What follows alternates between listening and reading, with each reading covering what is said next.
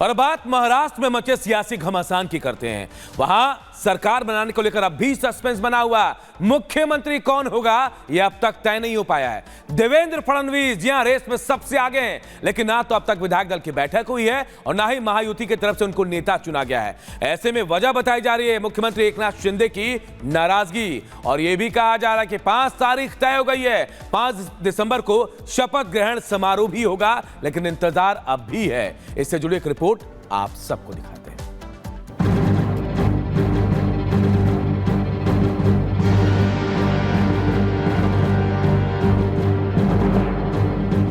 महाराष्ट्र में CM face को लेकर सस्पेंस बरकरार।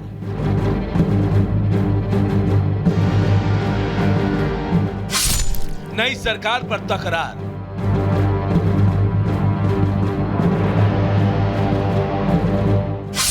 नए सीएम का इंतजार। शपथ की तारीख तय।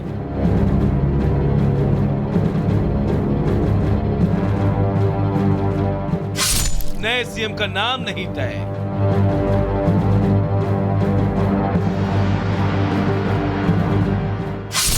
लंबा इंतजार, विपक्ष को ऐतराज।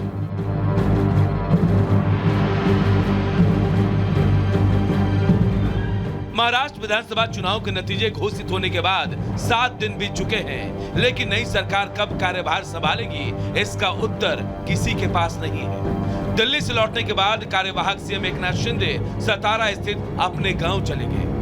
शनिवार को उनकी तरफ से कुछ बड़ा ऐलान होने की उम्मीद जताई जा रही थी, लेकिन अब उनके बीमार होने की खबर है। अभी तो सबकी तबीयत नॉर्मली ठीक है, क्योंकि थोड़ा फीवर है, बॉडी पेन है, थ्रोट इन्फेक्शन है और हाँ कोल्ड है। ऐसे में महायुति की सरकार के गठन की प्रक्रिया में देरी के आसार हैं। हालांकि कार्यवाहक डिप्टी सीएम अजीत पवार ने नई सरकार के गठन में देरी को लेकर कहा कि पहले भी ऐसा हुआ है। वहीं उन्होंने कहा कि 5 दिसंबर को नए सीएम का शपथ ग्रहण होगा और बीजेपी का सीएम होगा। आमच्या महायुतीचं सरकार स्थापन करायचं एवढा निर्णय झाला। भाजपचा मुख्यमंत्री होईल तोही निर्णय झाला। वहीं बीजेपी नेता चंद्रशेखर बावनकुले ने भी कहा कि नई महायुति सरकार 5 दिसंबर को शपथ लेगी। महायुति सरकार का शपथ ग्रहण समारोह माननीय पंतप्रधान नरेंद्र मोदी जी के उपस्थिति में मुंबई के आजाद मैदान पर 5 दिसंबर 2024 को 5 बजे होगा। जानकारी के मुताबिक देवेंद्र फडणवीस सीएम रेस में सबसे आगे हैं। 5 दिसंबर को शपथ ग्रहण समारोह से पहले बीजेपी और फिर महायुति की बैठक होगी, जिसमें औपचारिक तौर पर सीएम के नाम का ऐलान होगा। बीजेपी विधायक दल की बैठक सोमवार को होने की संभावना है। शपथ ग्रहण समारोह आजाद मैदान में होने की जानकारी मिल रही है। सूत्रों के मुताबिक शपथ ग्रहण समारोह में पीएम मोदी और गृह मंत्री अमित शाह भी मौजूद रहेंगे। वहीं सरकार गठन में देरी को लेकर विपक्ष महायुति पर हमलावर है। शरद पवार ने महायुति गठबंधन पर बड़ा हमला बोला। उन्होंने मुख्यमंत्री चेहरे में देरी को लेकर सवाल उठाया। एनसीपी प्रमुख ने कहा, इतना स्पष्ट बहुमत मिलने पर भी नई सरकार नहीं बन रही है, क्योंकि इनके मन में डर है। सरकार का क्या भविष्य है यह समझा जा सकता है, लेकिन इससे साफ है कि लोगों का संतोष हो या बहुमत ये कोई मायने नहीं रखता। इनके लिए सिर्फ सत्ता ही सबसे अहम है।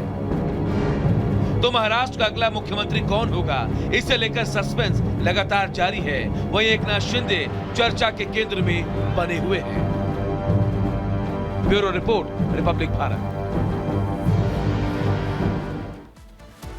तो महाराष्ट्र का मुख्यमंत्री कौन होगा यह तस्वीर अब तक साफ नहीं हो पाई है, लेकिन मुख्यमंत्री के रेस में देवेंद्र फडणवीस सबसे आगे चल रहे हैं। एक उनके करियर के बारे में पूरी बात बताते हैं, उनका राजनीतिक सफर कैसा रहा। तो देखिए, कॉलेज के दिनों में एबीवीपी के सदस्य रहे हैं देवेंद्र फडणवीस। इसके अलावा देखिए, 1992 में नागपुर नगर निगम में पार्षद भी बने। 1997 में नागपुर के सबसे युवा मेयर भी बने।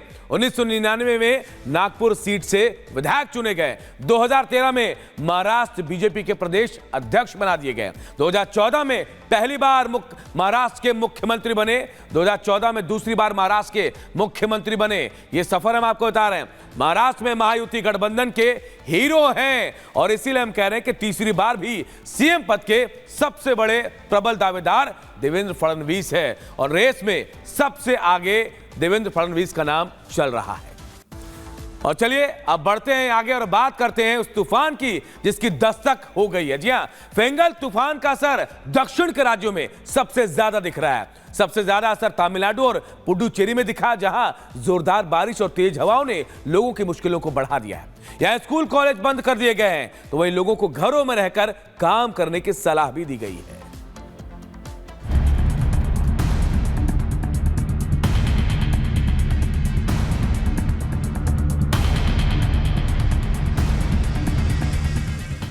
देश के दक्षिण इलाके में भयंकर चक्रवाती तूफान फेंगल का लैंडफॉल शुरू हो चुका है और इसका सबसे ज्यादा असर तमिलनाडु और पुडुचेरी में देखने को मिल रहा है। दोनों ही जगह मौसम ने करवट ले ली है। भारी बरसात के साथ तेज हवाएं चल रही है। मौसम विभाग ने बताया कि फेंगल तूफान का लैंडफॉल शुरू हो गया है। हवा की रफ्तार 70 से 90 किलोमीटर प्रति घंटा है। इस तूफान का सबसे ज्यादा असर दक्षिण के राज्यों में पड़ा है। फेंगल का कहर। मौसम विभाग ने तमिलनाडु के 7 जिलों में आज सुबह भारी बारिश की चेतावनी जारी की है। ये 7 जिले हैं चेन्नई। और बात अब संभल की करते हैं, जहां जो लगातार सुर्खियों में बना हुआ है।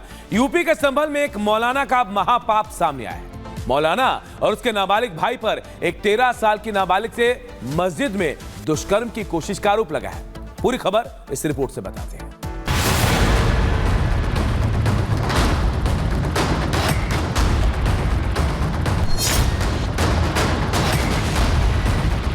उत्तर प्रदेश का संभल इन दिनों सुर्खियों में है। सर्वे टीम पर हमला और उसके बाद हुई हिंसा और आगजनी के बाद माहौल थोड़े सामान्य हुए तो ताजा मामले ने एक बार फिर संभल को चर्चा में ला दिया। यूपी के संभल में 13 साल की नाबालिग बच्ची को 3 घंटे तक मस्जिद में बंधक बनाकर रखा गया।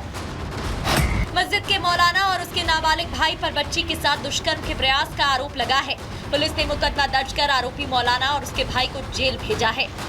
एक महिला ने कल आके तहरीर दी कि उनकी बच्ची जो कि 13 वर्षीय है उसको ढलान वाली मस्जिद में बंद करके 3 घंटे रखा गया। तो उसके घर वालों ने उस बच्ची को ढूंढा तो जो मौलवी साजिद हैं और उसके भाई जो कि नाबालिग हैं, इन दोनों द्वारा उस बच्ची को मस्जिद में बंद किया गया था। तो वो मस्जिद से बच्ची रिकवर हुई।